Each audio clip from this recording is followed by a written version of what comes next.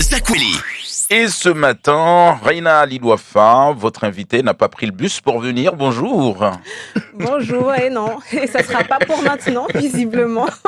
Notre invité est Mahmoud Aziari, qui, je rappelle, est conseiller en finance et stratégie d'entreprise. Alors, bien évidemment, on va parler de l'affaire Caribus. Et pour contextualiser un peu, l'Académa avait attribué le marché d'exploitation des lignes du Caribus à la société Optimum. Et donc, les sociétés Carla Mayotte Transport Baltus, le groupement Tamaya Léona Messo et Transport du Nord ont contesté cette décision du tribunal. Et le 4 juin, le tribunal administratif a annulé la décision.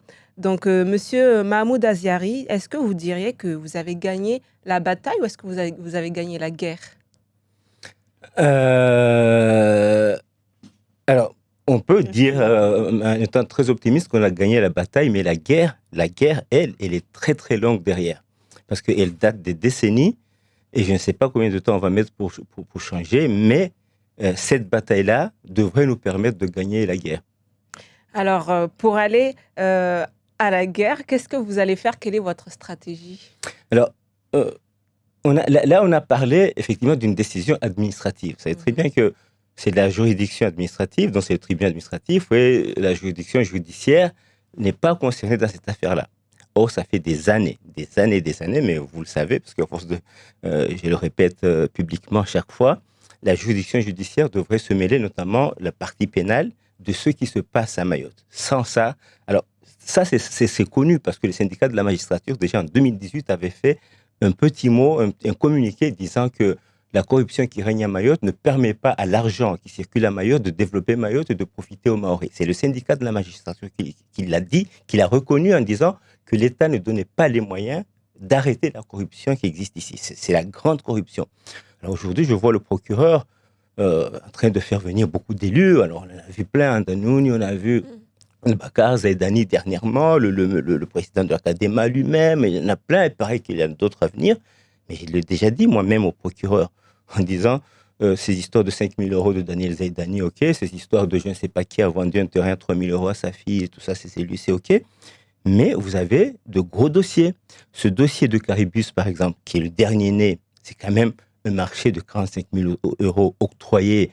Et aujourd'hui, quand on lit la décision 45 millions octroyés, quand on lit la décision du juge, on voit bien que le juge dit à un moment donné que sans aller sur les autres griefs, je m'arrête juste à un grief et j'annule ce marché. Autrement dit, il avait plein de griefs qu'il n'a pas cités dans son ordonnance.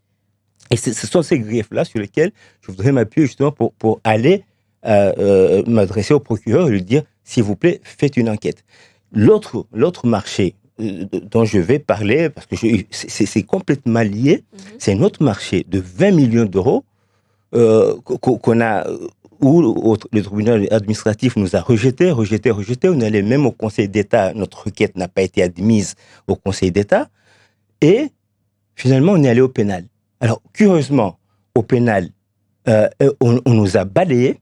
Mais vraiment, mais le procureur, le parquet qui était à l'audience n'a strictement rien dit. Alors que sous son nez pendait un marché de 20 millions d'euros octroyé pour un faux en écriture. Rien dit. De quel marché vous parlez? Je parle d'un marché de 2020-2021, mais tout ça, c'est dans la continuité des choses. Rien dit à ce procès, rien. Et quand on a perdu, puisque au pénal, celui qui a perdu n'a pas le droit, celui qui a initié le pénal, c'était une citation à comparaître, n'a pas le droit de faire appel, seul le procureur peut faire appel. Le procureur n'a pas fait appel, on était obligé de faire appel pour aller, cette fois-ci, au civil, parce qu'on n'a plus le droit de continuer l'affaire purement pénale. Et là, les motifs qui nous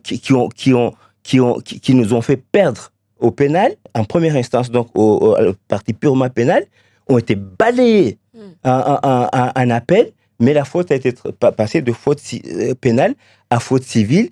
Et tout ça, parce que le procureur, voyant quand même qu'il y a une faute, qui a 20 millions d'euros de marché, n'a rien dit, n'a pas fait appel pour que cette affaire continue au pénal. Et vous aussi, les journalistes, vous êtes là au tribunal, vous avez donné 5 millions d'euros, 5 000 euros, je ne sais pas qui, 3 000 euros, je ne sais pas qui, 20 000 euros, et puis les affaires de 20 millions, 45 millions, Rien. Alors, on imagine que le groupement que vous représentez va candidater à nouveau. Mhm. Est-ce que vous êtes serein, est-ce que vous êtes sûr cette fois-ci que vous allez être pris? Non, mais dans un marché, on ne peut jamais être sûr qu'on peut être pris. C'est là l'idée. Au fond, dans ce marché-là, moi, j'étais certain qu'on allait être pris. Je connais ma valeur, je connais la valeur des autres experts qui sont intervenus, je connais la valeur des autres aussi, parce qu'au fond, on se connaît depuis le temps qu'on se concurrence sur ces marchés-là. Mais là, sur ce marché-là, lisez aussi l'ordonnance de référé, mais le marché a été guidé dès le départ, fléché vers quelqu'un. Dès le départ. Et ça, même le juge ne le cache plus dans cette histoire. Donc, vous dites que tout a été fait pour que Optimum... Alors, on a essayé de corriger tout ça. Ça ne marchait pas, mais il fallait quand même qu'on réponde au marché. Mais notre chance, c'est quoi? C'est que ce marché est une pâle copie du marché de transport scolaire. Une pâle copie. Et une copie très mal faite du marché de transport scolaire. Et puisqu'on avait répondu au marché de transport scolaire et qu'on a été très bien noté, mieux noté que tout le monde dans ce marché-là, eh bien, qu'est-ce qu'on a fait? On a corrigé carrément les erreurs qui étaient dans ce truc-là pour répondre. Et on pensait réellement qu'on était devant. Je suis persuadé qu'on était devant. Mais tout a été préparé depuis le départ pour que justement on nous écarte. Et je voudrais juste ajouter une chose. C'est-à-dire, vous donnez des exemples quand vous dites tout a été fait pour que la société Optimum puisse avoir ce marché-là. Alors, merci de me donner la transition parce que c'est là où j'allais arriver. Je prends une seule chose, la commission d'appel d'offres. Mon Dieu, on lance un marché fin août, vers le 29 août, mais tout le monde sait qu'un marché se prépare pour aller être lancé. En même temps qu'on va lancer le marché, on fait des rapports pour modifier la commission d'appel d'offres, virer un sixième vice-président, mais ça, c'est leur cuisine interne, mais surtout la commission d'appel d'offres.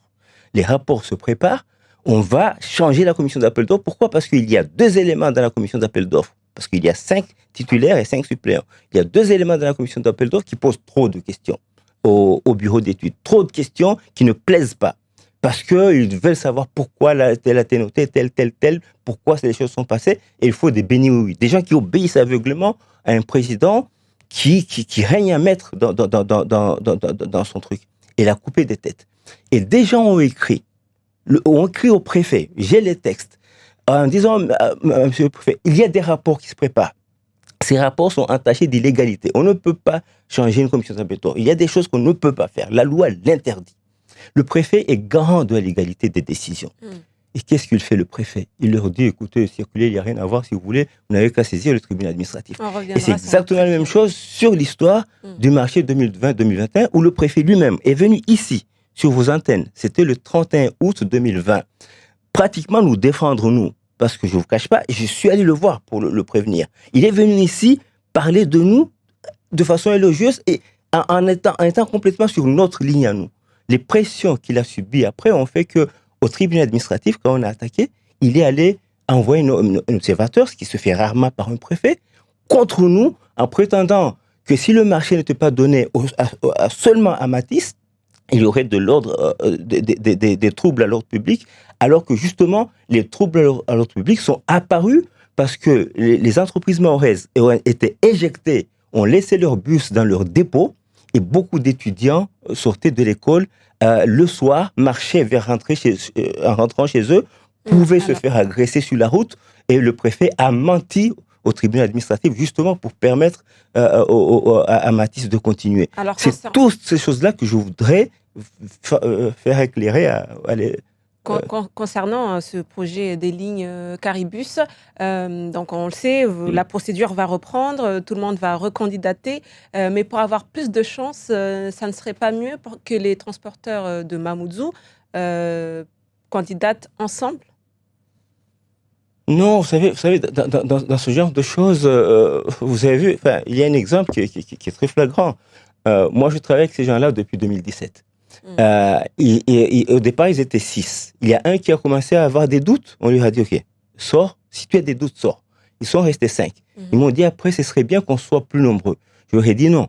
Dans ce genre de choses, il faut que vous soyez très compact et très honnête entre vous. Personne ne trahit personne. Et il faut que vous soyez résistant. Ça n'a pas empêché que sur les 5, il y a quand même 4 qui a fait, un quatrième, un des 5 a fait défaut. Et aujourd'hui, on a découvert, seulement après la notification, en fait, qu'il travaille avec Matisse, alors qu'il connaît tous Vous parlez de... Voilà, toutes nos techniques, etc., etc. Vous comprenez? Donc, aller se réunir, c'est pas vrai. En réalité, si vous voyez des exemples comme à Martinique, qu'on a visité, Martinique, Guadeloupe, etc., les professionnels se regroupent entre eux en se connaissant très bien, mais c'est de grands professionnels. Et puis, s'il faut sous-traiter à d'autres qui, eux, ne vont pas dans un sens très, très performant, ils sous-traitent. Mais dans ce genre de marché, vous avez besoin de beaucoup de performance. Vous travaillez avec beaucoup d'experts à l'extérieur. Vous avez besoin de gens très performants. Donc, peu nombreux. Alors, vous accusez l'Académa, je cite, vous l'avez écrit sur vos réseaux sociaux, d'être géré comme chez Azali avec son omerta et ses grosses magouilles. Ce sont des accusations graves. Pourquoi est-ce que vous dites cela? Parce que, vous savez, moi, je reçois des coups de fil des gens qui sont à l'Académa et qui n'osent pas se prononcer. Il y a des choses très simples qu'ils pourraient dire. Enfin, moi, quand je ne suis pas convoqué à une commission d'appel d'offres, alors que je suis membre titulaire, je peux le dire publiquement. Que voilà, j'ai pas reçu de convocation.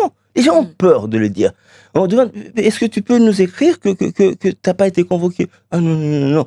Et or, c'est une pièce quand même que dont le juge aurait besoin. Mais je pense que le juge, quand il a demandé certains documents à l'Académa, il les a pas eus, comme dans les marchés de navettes. Il a demandé, notre avocat a demandé des documents à l'Académa, comme par exemple, la délibération qui permettait au président de signer un marché. Il l'a jamais eu. Donc, vous voyez, c'est l'Académa. Quand vous discutez avec les gens qui travaillent à l'intérieur et quand vous discutez avec certains élus, mais c'est l'omerta. Les gens ont peur. Et puis, il y a beaucoup de copinage. Et puis, il y a des têtes qui sont coupées. Dire la tête d'Eliassir, la tête de Sohaibou. Mais la direction de directeur de cabinet, ça aussi, je voudrais une enquête.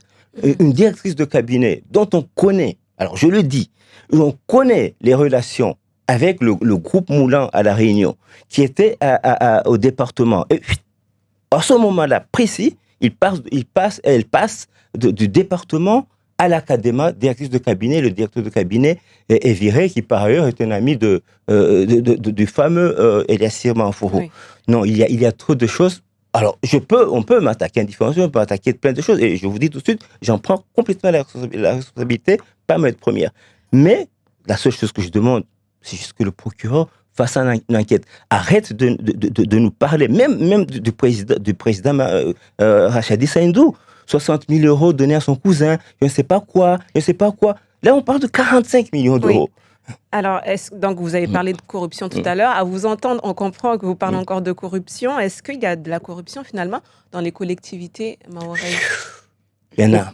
Ah oui, il y en a. Quand je vous parle de 2020-2021, il y en a. Oui. Ce qui me choque le plus, je vous assure, c'est la préfecture qui l'organise. Donc l'État ferme les yeux sur ça. L'État, la préfecture organise. Je le dis, j'ai des tas de documents, oui, c'est ça. C'est pour ça que je vous dis tout de suite que je prends la responsabilité.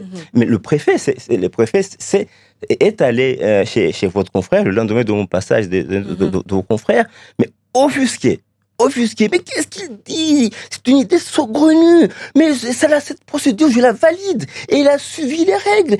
Alors que le président de l'Académie lui-même était déjà soupçonné de favoritisme dans les marchés publics, de détournement de fonds, de prise illégale d'intérêt. Et le préfet arrive torse nu, chevalier, je le défends, etc., etc. Et je suis certain que le juge va dire la même chose que moi. Mais et là, il se rend compte qu'il s'est banané, mais c'est pas un hasard qu'il ait fait ça. Il a fait ça parce qu'il connaît le rôle que joue la préfecture, justement pour permettre à tous ces gens-là, parce que tout ce que quand je parle de prédation économique à Mayotte, en réalité, toute cette prédation, elle passe par la préfecture, par l'État. Je pense qu'il y a même des pressions qui viennent de Paris. Quand je parle de Colombier qui est venu chez vous, qui a dit des choses, et puis après qui a fait le contraire, je pense qu'il a suivi des pressions de La Réunion et de Paris. Donc il y a beaucoup de pressions qui se mettent. Nos élus ne sont pas capables d'exercer une telle pression, mais les autres, eux, sont capables. Et les Mahorais, dans tout ce truc-là, se retrouvent comme les dindons de la farce. Mais quel serait l'intérêt de la préfecture? Oui, c'est ce que j'allais dire. Merci. Parce que le système est fait comme ça. Alors moi, ça n'engage encore que moi, mais le système à Mayotte qui fait que Mayotte ne se développe pas, c'est exactement le système qu'on trouve en France-Afrique. On met des gens médiocres à la tête de tas d'organismes très importants, dans les directions générales, dans la présidence, des gens complètement médiocres, mais justement obéissants et souvent à vide parce qu'ils veulent gagner de l'argent très vite. Et ces gens-là font en sorte que l'argent aille dans de gros groupes, dans des gens dont les intérêts, finalement, ne sont pas à Mayotte. Si vous regardez bien, la plupart des gros marchés qui se donnent, les actionnaires de ces entreprises-là ne sont pas mahorais, ça veut dire que quand ils gagnent de l'argent, c'est dans leur compte ailleurs, et ça ne s'est pas réinvesti à Mayotte. Donc, une économie fonctionne comme ça. C'est d'abord un cercle fermé, et puis après, on a des partenaires à l'extérieur. Mais on ne va pas tout donner à l'extérieur et faire mourir les gens qui sont à l'intérieur. Aucune économie au monde ne fonctionne comme ça. Petite dernière question, Kamar, si tu me le permets. Donc là, la procédure pour Caribus doit reprendre, la CADEMA doit relancer le marché, donc ça va encore prolonger alors que la première mise en place des bus devait avoir lieu en septembre 2024. Finalement, ce sont les usagers de la route qui vont encore payer les pots cassés. Ben, ça, il faut le dire aux gens de la CADEMA. Parce que, encore une fois, vous lisez l'ordonnance du juge et il vous dit, dès le départ, quand on les a prévenus, ils devaient arrêter cette procédure. Dès le départ. Votre procédure, elle est viciée de partout. Dès le départ. Mais l'idée, alors, les usagers mahorais, les usagers de Mayotte, les usagers mahorais vont en pâtir.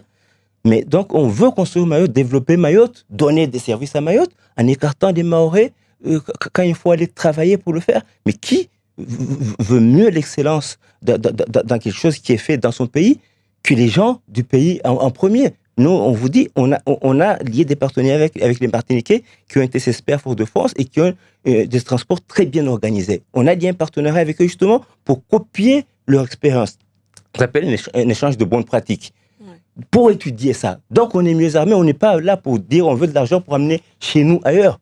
Si l'argent est ici, c'est pour développer Mayotte. Et pourtant, on nous écarte. Donc quoi? On va nous écarter, nous, Mahorais, pour que d'autres qui viennent d'extérieur pour faire notre bonheur. Mandela a dit simplement que si vous voulez faire quelque chose de bien pour les gens sans eux, c'est que réellement vous le faites contre eux.